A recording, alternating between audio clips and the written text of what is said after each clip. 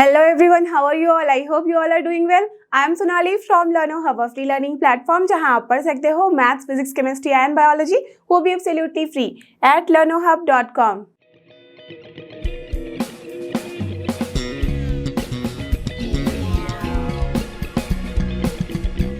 तो चलो बच्चों, हो जाओ तैयार। आज हम करने वाले हैं फॉर्मूला फटाफट क्लास 12 मैथ्स चैप्टर 7 जो कि अपना इंटीग्रल्स, राइट। तो आपको पता ही है this is very important topic also. तो आपने इसका भी देख लिया है, PYQ सीरीज किया हुआ है, रिवीजन रेस किया है, साथ ही साथ वन शॉर्ट वीडियो किया है, NCERT के सोल्यूशंस भी किए हैं। तो अब बस बचता है फॉर्मूला। तो फटाफट से इसके सारे इंपॉर्टेंट फॉर्मूले हम इसे रिकॉल करने वाले हैं। तो get ready with your pen and paper so that we all can start together.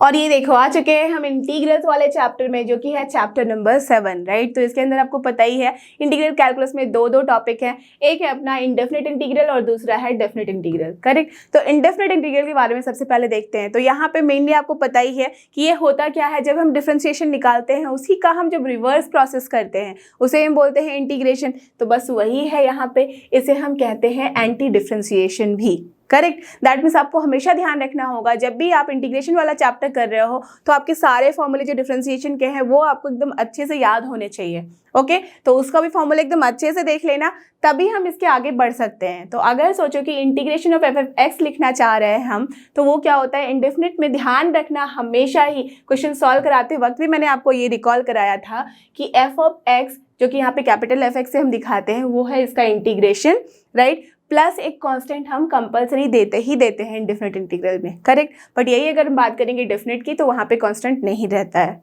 Okay, clear. तो अब जब भी हमारे पास dy/dx की वैल्यू f(x) होती है, तो इसका मतलब क्या है, अगर हम y की वैल्यू निकालना चाहें तो वो कुछ नहीं बल्कि इंटीग्रेशन ऑफ f(x) dx होता है, okay. Got this idea. That means यहाँ पे हम dy इक्वल्स टू लिखते हैं f(x) इंटू dx, और फिर जब हम इंटीग्रेट करते हैं तो हमारे पास आ जाता है dy का डिफ्रेंशिएशन क्या होगा, y, एंड देन x का यहाँ पे जो हम इस f(x) का डिफरेंशिएशन इंटीग्रेशन लेंगे वो क्या हो जाएगा यहाँ पे इंटीग्रेशन ऑफ f(x) dx, जो कि मिलेगा हमें fx plus c। Done, okay. तो ये एकदम बेसिक फॉर्मूला। अब चलो आगे।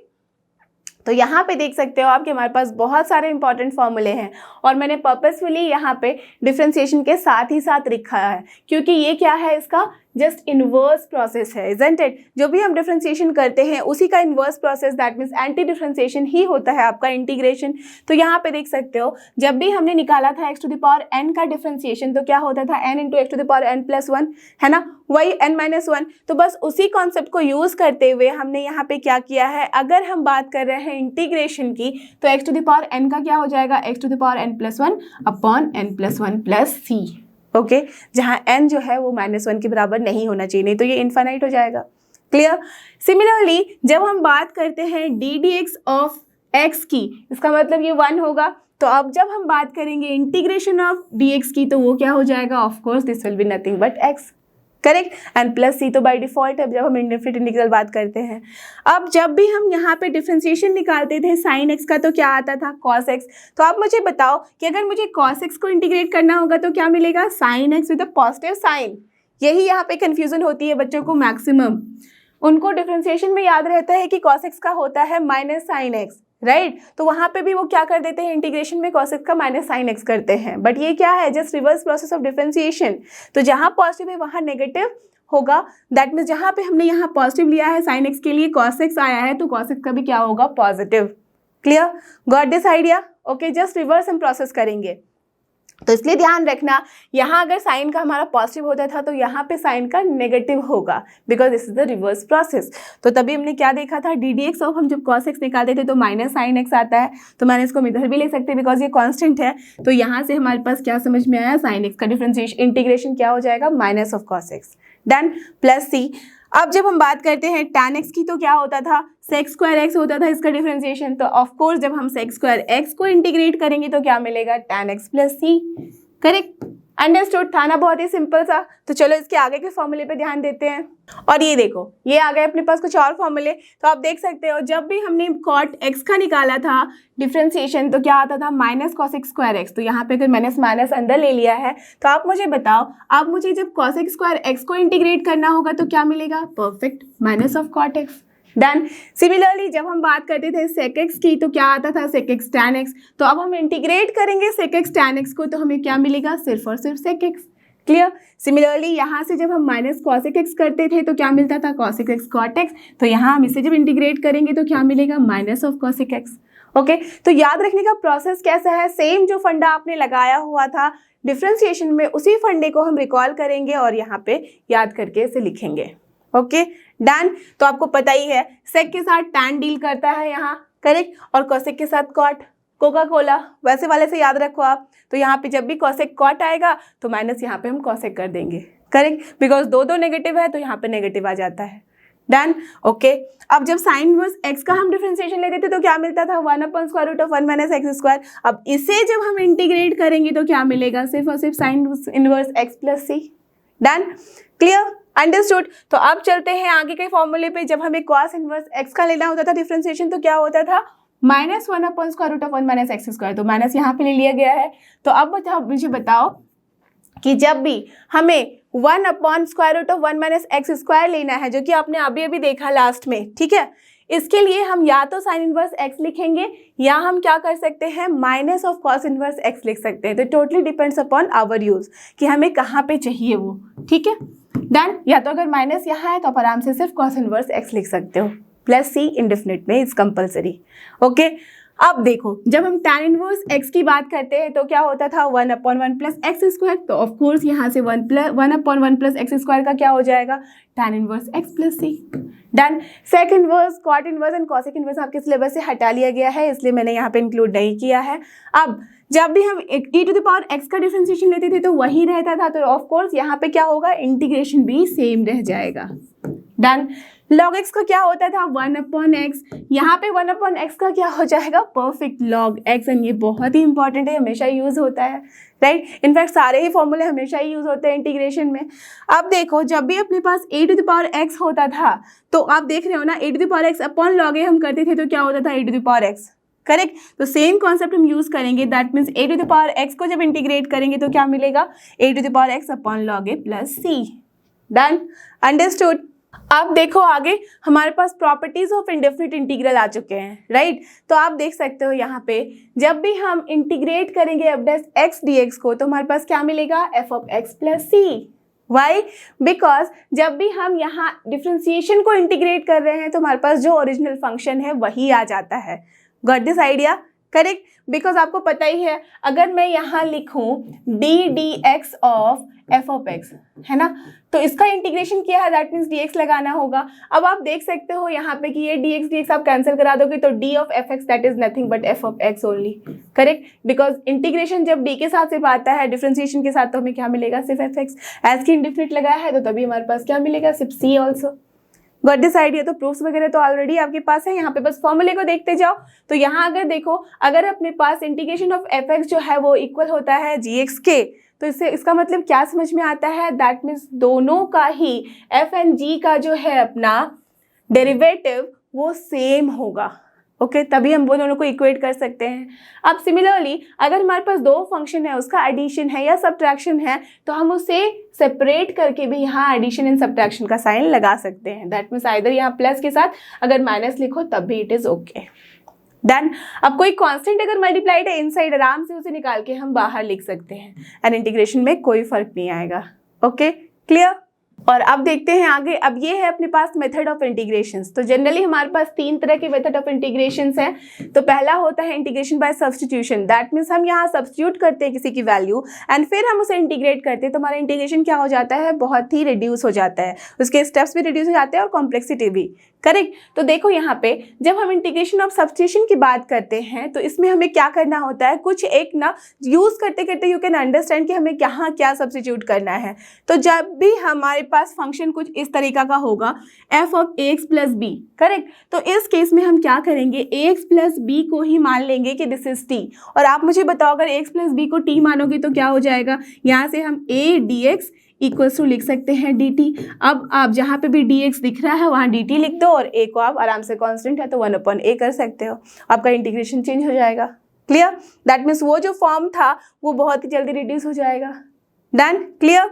तो यहाँ पे अपने कॉम्प्लेक्स स्टेप्स जो है वो रिड्यूस हो जाते हैं। डन, तो आप देख सकते हो नेक्स्ट, जब भी अपने पास फंक्शन जो इस तरह का होगा f of g of x और साथ में मल्टीप्लिकेशन में g डैश x होगा तो ऑफकोर्स हम क्या करेंगे, gx को अज्यूम कर लेंगे t। तो क्या मिलेगा हमें दोनों साइड डिफ्रेंशिएट करने पे g dash x dx equals to dt। तो इसलिए हमारा क्या हो जाएगा, function integration of only t dt। Isn't it, बहुत ही सिंपल हो गया, इतने बड़े फंक्शन से रिड्यूस होकर सिर्फ integration of t dt। Isn't it very simple, t²/2 कर लोगे और फिर t की जगह पे वैल्यू रख दोगे, करेक्ट। तो इसलिए हम सब्स्टिट्यूशन को बहुत ही ज़्यादा यूज़ करते हैं इंटीग्रेशन में। अब चलो आगे, जब भी अपने पास डिफ्रेंसिएशन का इस तरह का फॉर्म हो, दैट मीन्स देखो जो भी अपने पास फंक्शन डिनोमिनेटर में है उसी का डिफ्रेंसिएशन अगर हमारे पास न्यूमरेटर में होता है तो हम क्या करते हैं, जो न्यूमरेटर में है उसको यूज़ कर लेते हैं as t। That means f(x) को हम मान लेंगे t यहाँ पे, तो क्या मिलेगा हमें, f(x) dx equals to dt। तो ये फॉर्म आ जाता है कन्वर्ट होके इंटीग्रेशन ऑफ 1/t dt में। और इसका तो आपको पता ही है आंसर, log ऑफ t कर देते हैं प्लस c। तो देखा ना आपने कि कितनी जल्दी हमारे पास ये रिड्यूस होके आ जाता है, करेक्ट। तो कॉम्प्लेक्सिटी जो है यहाँ पे एकदम से रिड्यूस हो गई। अब सिमिलरली जब अपने पास f(x) to the power n रहता है और साथ ही जो अंदर है उसी का डिफरेंशिएशन वाला टर्म यहाँ है तो ऑफकोर्स आप क्या करोगे, f(x) को यहाँ पे t मान लोगे और फिर अपना रिड्यूस हो जाएगा यहाँ पे प्रोसेस। Done, clear. तो substitution is actually very very important. Okay, तो उसके बाद अपने पास इंटीग्रेशन बाय पार्शियल फ्रैक्शन भी आते हैं, बाय पार्ट्स भी आते हैं, बट इसके सब्स्टिट्यूशन के अंदर और भी टर्म्स हैं। चलो इसके आगे देखें। और ये देख सकते हो जब भी हमें यहाँ पे यूज करना होता है ट्रिग्नोमेट्रिक फंक्शंस को तब हम क्या करते हैं, आपको याद ही होगा ट्रिग्नोमेट्रिक फंक्शंस के अंदर हमारे पास बहुत सारे आइडेंटिटीज थे, फॉर्मूले थे, उन सब को हम यूज करते हैं सब्स्टिट्यूशन में भी और कैसे हमें उसे इंटीग्रेट करना है वहाँ पे भी। जैसे सपोज कि अपने पास अगर हो cos 2x, ठीक है, अब इसे इंटीग्रेट करना है तो हम क्या कर सकते हैं, यहाँ पे फॉर्मूले को लगा के फिर जैसे भी हो हम उसे यूज कर सकते हैं। या तो फिर अगर cos² x minus sin² x होगा तो हम वहाँ पे क्या करेंगे, इसे कन्वर्ट कर देंगे cos 2x में। अगर ये फॉर्म होगा तो cos 2x में कन्वर्ट करेंगे, यहाँ से भी हम cos 2x में कन्वर्ट करेंगे और फिर इसे इंटीग्रेट कर सकते हैं। डन, क्लियर, ठीक है। अब देखो सिमिलरली जब 2 sin x cos x होगा तो भी हम इसे क्या कर सकते हैं, आराम से इंटीग्रेट कर सकते हैं यूजिंग दिस पर्टिकुलर आइडेंटिटी। सोचो कि अगर sin x है तो यहाँ पे बस x की जगह पे x/2 इंटू cos x/2 कर सकते हैं। डन, तो सारे ट्रिग्नोमेट्रिक फंक्शंस के फॉर्मूले जो है वो काफ़ी इंपॉर्टेंट है, वो हमेशा यूज होता है आपका इंटीग्रेशन में, तो we have to use them. Done, और आपको पता ही है कि जब भी हम यहाँ पे cos² x का फॉर्म देखेंगे तो इसे इंटीग्रेट करना इज लिटिल डिफिकल्ट, तो उसके लिए हम क्या करते हैं, हम ट्राई करते हैं कि उसे कन्वर्ट कर दे कुछ इस एडिशन या सब्ट्रैक्शन के फॉर्म में। तो ये क्या हो जाएगा, 1 + cos 2x/2। अब तो इसका इंटीग्रेशन आराम से ले सकते हो, 1 को सेपरेटली इंटीग्रेट करो, cos 2x को सेपरेटली। डन, क्लियर, समझ रहे हो। सिमिलरली sin² x है तो हम उसे उस फॉर्म में कर सकते हैं। सेम यही फॉर्मूला यहाँ से जो है हम यहाँ कन्वर्ट कर देते हैं, ठीक है। अब देखो जब 2 sin x into cos y का फॉर्म रहेगा तो जब मल्टीप्लिकेशन में रहता है तो हम क्या करते हैं, नहीं कर सकते उसे इंटीग्रेट इस तरह से, तो बस हम ये फॉर्मूला लगाएंगे। देख रहे हो आप कि प्लस माइनस साइन जब भी हमारे पास मिल जाता है तो इसको हम इंटीग्रेट करेंगे तो सेपरेट हो जाएगा। साइन का इंटीग्रेशन पता ही है, साइन का यहाँ पे कॉस का भी पता ही है आपको, तो इंटीग्रेट कर सकते हो। तो these formulas are really very very important. और मैंने आपको प्रोसेस भी बताया था ट्रिग्नोमेट्रिक वाले फंक्शन में जब इस चैप्टर को कर रहे थे तो कैसे हमें याद रखना है, करेक्ट। जब भी देखो साइन है, साइन के साथ तो हमें यहाँ पे क्या करता है, साइन दोनों में अपना एकदम समानता बना के रखता है, दोनों को ही देता है, sine x and cos y। But जब cos सिर्फ आता है तो वो क्या करता है, सिर्फ अपने आप को एडवांटेज देता है, तो इसलिए कोका कोला। और जब साइन आता है तो साकी साकी वाला गाना है, वो याद रखना है, ठीक है। साइन कॉस आ जाता है इसलिए साकी, और यहाँ पे क्या है, कॉस एंड कॉस है, और यहाँ पे भी देखो सिर्फ कॉस एंड कॉस आता है तो कोका कोला। Done, clear. तो बस इसी तरह से इस कॉन्सेप्ट को यूज करते हैं। और कॉस क्या करता है, थोड़ा जिद्दी है तो प्लस को कर देता है माइनस में और माइनस को प्लस में, तो इसलिए वो हमेशा ध्यान रखना वो वाला कॉन्सेप्ट। तो उसको हम कैसे यूज करते हैं, जब यहाँ पे प्लस था तो क्या किया, एडवांटेज लिया उसने और कॉस दिया। जैसे ही नेगेटिव आया तो उसने क्या किया, यहाँ पे साइन को दे दिया कि चलो भाई नेगेटिविटी है, साइन को मैं पास कर देता हूँ। Okay, done. तो बस इस कॉन्सेप्ट को आपको यूज करना है और फिर हमें इंटीग्रेट करना है। अब देखो जब हम किसी पर्टिकुलर फंक्शंस को इंटीग्रेट करते हैं, ठीक है, तो यहाँ पे कैसे किया जाता है, जब भी अपना फॉर्म है इस तरीके का dx upon X square minus x square, तो ये फॉर्मूला बहुत ही इंपॉर्टेंट है, हमेशा यूज होता है 1/2a log ऑफ, जो यहाँ माइनस रहता है, अगर एक्स स्क्वायर माइनस ए स्क्वायर है तो हम पहले क्या करेंगे, माइनस लेंगे ऊपर एंड देन हम प्लस लेते हैं डिनोमिनेटर में। क्लियर, ध्यान रखना।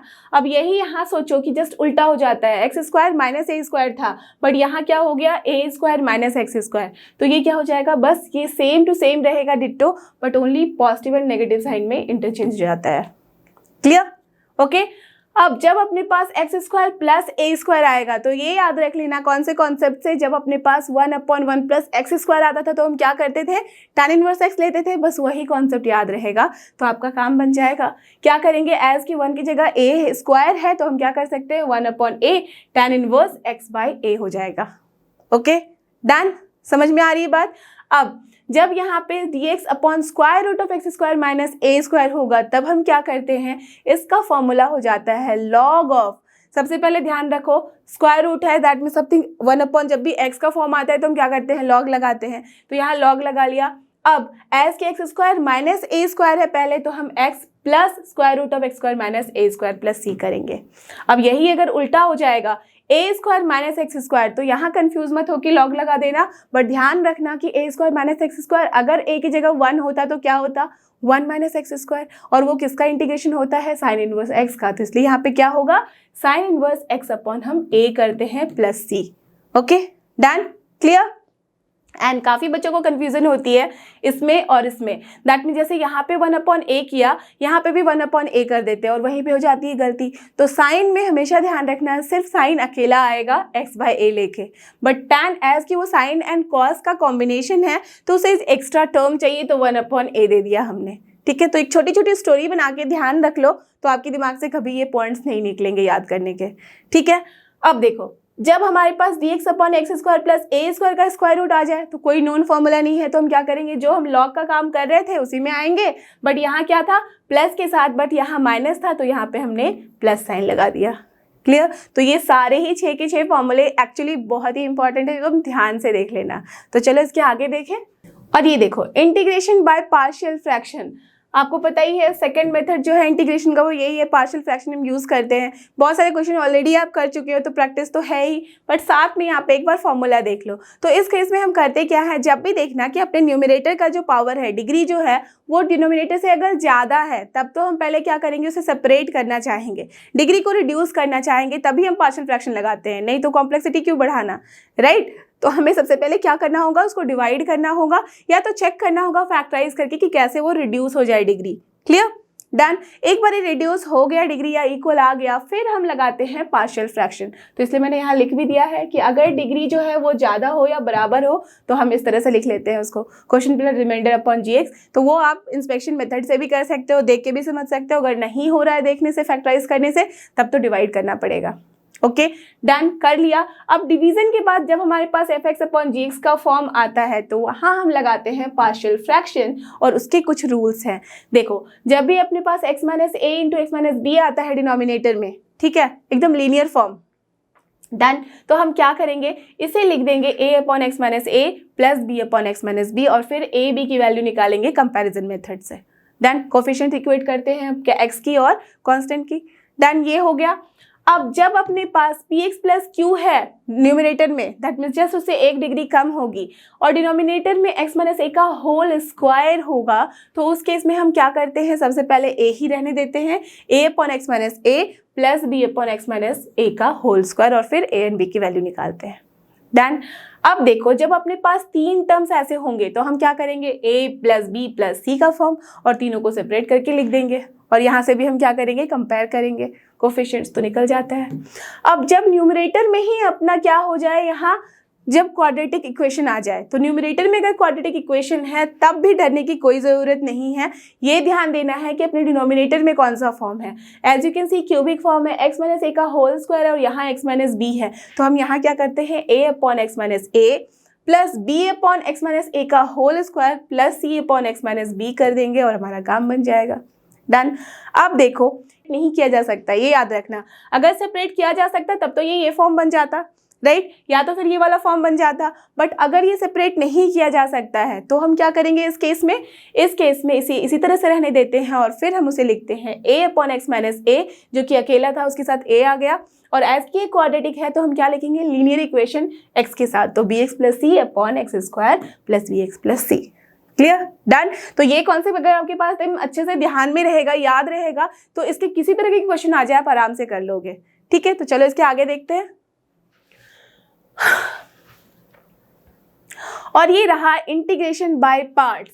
इसमें देखो हमें क्या करना होता है, by parts, that means basically ये क्या है, प्रोडक्ट रूल है, जो हम डिफरेंशिएशन में लगाते थे उससे एकदम डिफरेंट है ये। यहाँ पे भी जब integration of u into v आता है, प्रोडक्ट फॉर्म में है, तो यहाँ हम क्या करते हैं, फर्स्ट जो भी अपने पास फंक्शन हमने एज्यूम किया है u, उसे लिखते हैं into integration of the second one.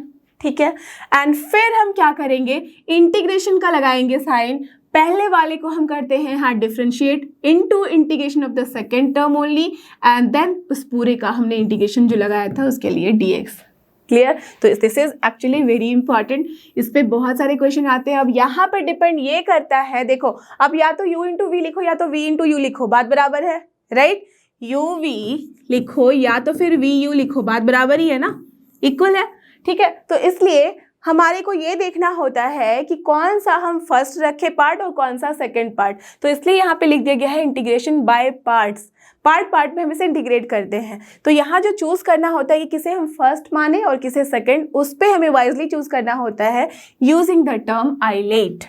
Correct, तो ये आइलेट टर्म बहुत ही इंपॉर्टेंट है, बहुत बार आपने सुना होगा, यूज भी किया होगा, तो साथ में देख लो। आई का मतलब होता है inverse trigonometric function, and then L का मतलब है logarithmic function, and then A का मतलब है अलजेब्राइक फंक्शन, देन टी का मतलब ट्रिग्नोमेट्रिक, एंड देन ई का मतलब है लास्ट में एक्सपोनेंशियल फंक्शन। तो ध्यान रखना एक्सपोनेंशियल सबसे लास्ट में आता है, दैट मीन्स वो हमेशा सेकेंड पार्ट ही बनेगा। ठीक है, और जब भी अपना इनवर्स आता है तो वो हमेशा फर्स्ट पार्ट ही बनेगा। ओके, और फिर हम उसे इंटीग्रेट कर देते हैं। डन।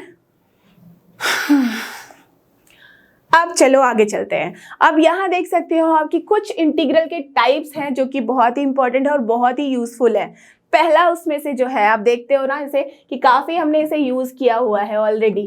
तो integration of e to the power x अगर है, ठीक है, तो बाय पार्ट्स मत लगाने लग जाना, बस डायरेक्ट फॉर्मूला लगाना है आपको। अगर e to the power x है उसके साथ मल्टीप्लिकेशन में एडिशन का फॉर्म है fx का प्लस f डैश x का। करेक्ट, अगर डायरेक्टली नहीं भी गिवन है then you have to take common सबनिक लगा के आपको चेक करना होगा। जैसे ही अगर आप देखो कि e to the power x के साथ कुछ अपना बड़ा सा टर्म है प्लस के फॉर्म में, तो आप क्या करोगे, वहां से चेक करोगे, कॉमन लोगे, सारे टर्म को सेपरेट करके देखोगे कि क्या ये इस तरह का फॉर्म बन रहा है। अगर बन रहा है तो डायरेक्टली आप क्या कर सकते हो, लिख सकते हो e to the power x into f x. तो बहुत ही सिंपल हो गया है ना। अगर फॉर्मूला ये याद है तो डायरेक्टली यूज करके आप लिख सकते हो। अब जैसे कि आपने देखे थे वो 6 फॉर्मूले, उसी से रिलेट करता हुआ अपने पास है 3 और फॉर्मूले। क्या है यहाँ, integration of a square minus x square है यहाँ पे स्क्वायर रूट के अंदर।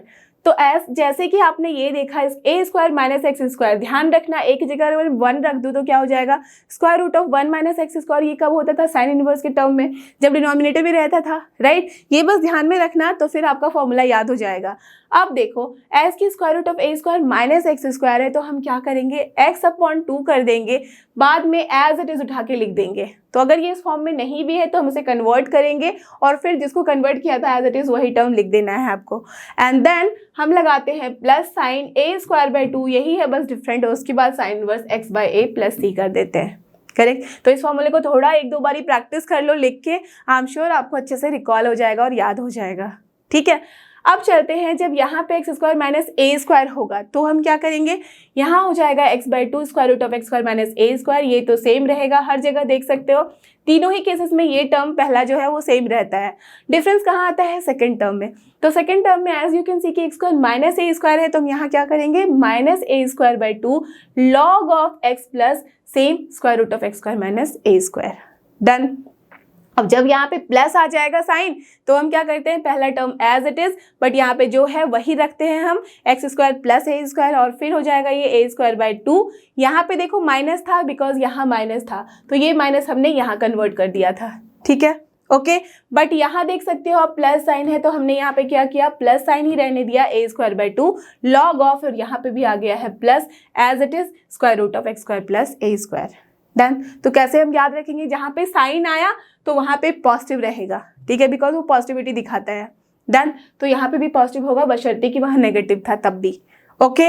अब एज यहाँ देख सकते हो माइनस है तो यहाँ माइनस आएगा, यहाँ प्लस है तो यहाँ पे भी प्लस आएगा। बस ऐसे ही याद रखना है और आपके साथ ये फॉर्मूला आ जाएगा याद। क्लियर। चलो इसके आगे देखते हैं। अब अपने पास आ गया है सेकंड जो होता है अपना डिफरेंशियल इंटीग्रल कैलकुलस का, जो कि है डेफिनेट इंटीग्रल। तो डेफिनेट इंटीग्रल जस्ट हमारे इंडेफिनेट इंटीग्रल जैसा ही होता है, बट यहाँ क्या करते हैं, हम लिमिट्स लगाते हैं, lower limit and upper limit. ठीक है। तो lower limit and upper limit का मतलब क्या होता है, जैसे कि देख सकते हो ना आप कि ये जो है अपना ग्राफ, ठीक है, पिक्चर में यहाँ पे जो ax है वो एक्चुअल में क्या है, एरिया फंक्शन कहलाता है। ठीक है। तो यहाँ अगर हम इंटीग्रेट करें y को, that is f of x को फ्रॉम a टू b, तो ये जो शेडेड एरिया है वो हमारे पास आ जाएगा कैलकुलेट होके। तो उसी के लिए हम यूज़ करते हैं definite integral. Correct. That means इसका जो ज़्यादा यूज़ होता है वो कब होता है, जब हम एरिया निकालते हैं। डन। तो एप्लीकेशन ऑफ इंटीग्रल में जो हम यूज़ करते हैं मैक्सिमम टाइम हम डेफिनेट इंटीग्रल ही यूज़ करते हैं। करेक्ट। बट डेफिनेट इंटीग्रल में हम करते क्या है, इंटीग्रेट करते हैं, तो इसलिए हमें डेफिनेट इंटीग्रल पढ़ना पड़ा, जहाँ से हमें ये कॉन्सेप्ट आता है। ओके। डन। तो हमारे पास क्या होता है, जब भी हम a टू b में fx को इंटीग्रेट करते हैं तो इसका मतलब कुछ नहीं बल्कि हो जाता है fb माइनस fa। और ये कैसे आता है देख सकते हो आप, यहाँ पे मैं फॉर्मूला आगे भी दिखाऊंगी। तो बस हमें इंटीग्रेट करना होता है और f को इंटीग्रेट करने के बाद जो एंड लिमिट होती है वहाँ लगाना है, एंड देन जो लोअर लिमिट है वहाँ लगाना है और डिफरेंस ले लेना है। ओके।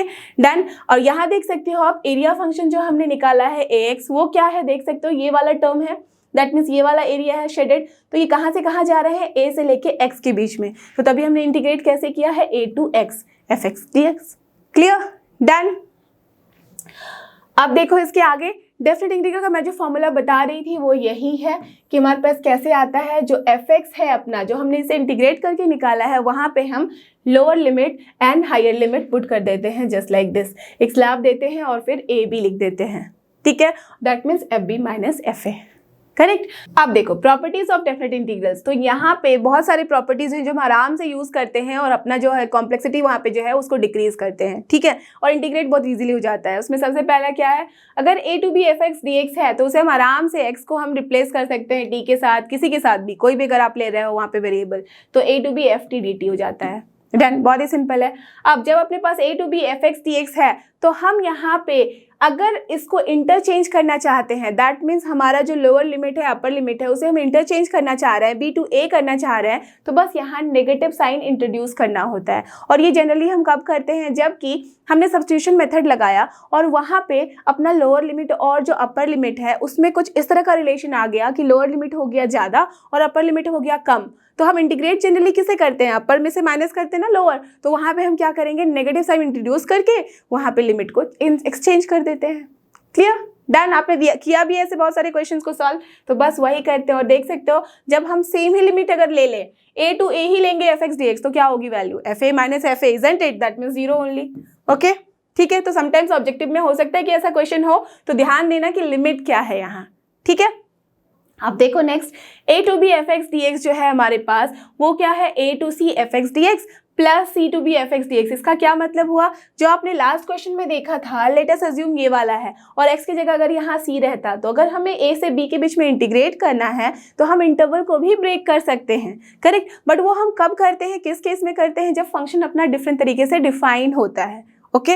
तो जब हमारा फंक्शन डिफरेंट तरीके से डिफाइन होगा, जनरली जब हम मॉडुलस वाले फंक्शंस को डील करते हैं, राइट, अगर हमारे पास फंक्शन में मॉडुलस फंक्शंस है बहुत सारे, तो वहाँ पे हम क्या करते हैं, इंटरवल को चेंज करते हैं और पॉजिटिव नेगेटिव अकॉर्डिंगली हम साइन ले लेते हैं। क्लियर। तो दैट मीन्स हम इंटरवल में ब्रेक करके भी इंटीग्रेट कर सकते हैं। डन। अब जब अपने पास a to b fx dx है तो हम क्या करेंगे, f of a plus b, that means lower, plus हम कर देते हैं upper limit minus x dx कर लेते हैं। और ये कब यूज होता है, जब हम जनरली यूज करते हैं ट्रिग्नोमेट्रिक फंक्शंस का इंटीग्रेशन। करेक्ट। तो अगर आपको याद होगा, तो अगर अपने आप को इंटीग्रेट करना है π/6 से लेके π/3 के बीच में, तो हम क्या कर सकते हैं, वहाँ हम यूज कर सकते हैं fx, जो कि अपना फंक्शन होगा, लेट अस अज्यूम वो साइन है, तो साइन ऑफ हम क्या कर सकते हैं, π/6 प्लस π/3 कितना होता है, π/2, एंड π/2 माइनस x सबको पता है क्या होता है, yes it is cos. Correct. तो साइन को कॉस में, कॉस को साइन में, टैन को कॉट में अगर कन्वर्ट करना है, इस तरह से अगर हमें चाहिए वहाँ अकॉर्डिंग टू आवर नीड, तो वहाँ पे हम उसे ऐसे यूज करके कर सकते हैं क्वेश्चन को सॉल्व। ठीक है, तो देखो जब भी अपने पास कुछ इस तरह का फंक्शन होगा, सोचो कि π/6 से लेके π/3 के बीच में हमें यहाँ पे इंटीग्रेट करना है, और फंक्शन है सोचो कि साइन, तो क्या करेंगे हम, π/6 है प्लस π/3, तो कितना हो जाता है π/2, एंड साइन π/2 माइनस थीटा आपको पता ही है क्या होता है, कॉस, राइट। तो जब भी हमारे पास ऐसे एक्सचेंज हमें करना है, इंटरचेंज करना है, आइडेंटिटी चेंज करनी है, सो दैट कि अपनी कॉम्प्लेक्सिटी जो है वो रिड्यूस हो जाए, तो उस केस में हम इस प्रॉपर्टी को यूज करते हैं। क्लियर। अब देखो नेक्स्ट प्रॉपर्टी क्या है, 0 से अगर a है f(x) dx, तो आराम से हम उसे लिख सकते हैं 0 से a ही रहेगा f of a minus x dx। Correct. तो ये जितने क्वेश्चन आप सॉल्व करोगे, आपने ऑलरेडी किए हुए हैं सॉल्व, तो आपको समझ में आ रहा होगा ये प्रॉपर्टीज आप बहुत बारी यूज करते हो, तो बस यूज करते जाओ, कॉम्प्लेक्सिटी को डिक्रीज करते जाओ। तो चलो आगे देखते हैं। अब अपने पास कुछ और जो प्रॉपर्टीज है वहां आप देख सकते हो, 0 से 2a के बीच में f(x) dx अगर हम करते हैं, यहाँ पे a की जगह क्या आ गया है 2a, तो 2a होगा तो सेम वही हम प्रॉपर्टी यहाँ पे भी लगा सकते हैं, बट कैसे, 0 से a f(x) dx किया प्लस 0 से a f of 2a minus x dx कर देते हैं। Got this idea? That mean सबसे पहले हम 0 से a करेंगे f(x) dx एंड देन 0 से a f of 2a minus x dx कर देते हैं। डन। ओके। अब देखो फ्यू मोर प्रॉपर्टीज अपने पास, तो यहाँ पे क्या है, अगर अपने पास 0 से 2a है, यहाँ ध्यान देना कि a की जगह क्या है 2a, अगर 2a f(x) dx है तो हम क्या करते हैं, इसे भी हम 0 से a f(x) dx कर देते हैं, प्लस अगेन 0 से a f of 2a minus x dx कर सकते हैं। तो इट विल डिपेंड कि आपको कहाँ पे कैसे यूज करना है। क्लियर। अब एक और बहुत ही इंपॉर्टेंट है, 0 से अगर 2a है फंक्शन, करेक्ट, f(x) dx, तो इसकी वैल्यू 0 हो जाती है कब, जब कि f of 2a minus x जो है वो माइनस ऑफ f(x) आ जाता है। दैट मीन्स का नेचर ऑड जैसा बिहेव अगर करे, करेक्ट। एग्जैक्ट ऑड तो नहीं है, ऑड के बारे में हम यहाँ पे बात करेंगे, बट ये ध्यान में रखना, याद करने के लिए कि ऑड जैसा behaviour that means minus of f(x) हो जाएगा कब, जबकि f of 2a minus x होगा। तो ये भी हम मैक्सिमम टाइम कब यूज करते हैं, जब हम ट्रिग्नोमेट्रिक फंक्शंस के साथ डील करते हैं। ठीक है, तो यहाँ पे ध्यान रखा अगर आपने ये, तो आपका बहुत ही काम रिड्यूस हो जाएगा। ऑब्जेक्टिव टाइप क्वेश्चंस में मैक्सिमम ये प्रॉपर्टीज को, जीरो वाली प्रॉपर्टीज को यूज करके क्वेश्चन सॉल्व होता है। ठीक है, तो ये आप आराम से यूज कर सकते हो। बट यही अगर f of 2a minus x equals to f of x आता है, तो उस केस में हम क्या करते हैं, 2 × 0 to a f(x) dx। Correct. तो यहाँ से भी अपना काम रिड्यूस हो जाता है। सिमिलरली जब -a से a रहेगा, ठीक है, -a से a, ना कि 0 से 2a है, -a से अगर a है फंक्शन, तब हम यहाँ पे 2 × 0 to a f(x) dx कर देते हैं, अगर फंक्शन अपना है इवन फंक्शन। इवन मतलब f of -x will be f of x। But जब ये ऑड फंक्शन है, that means f of -x equals to minus of f(x) है, तो हम क्या बोलते हैं, इसकी वैल्यू हो जाती है 0।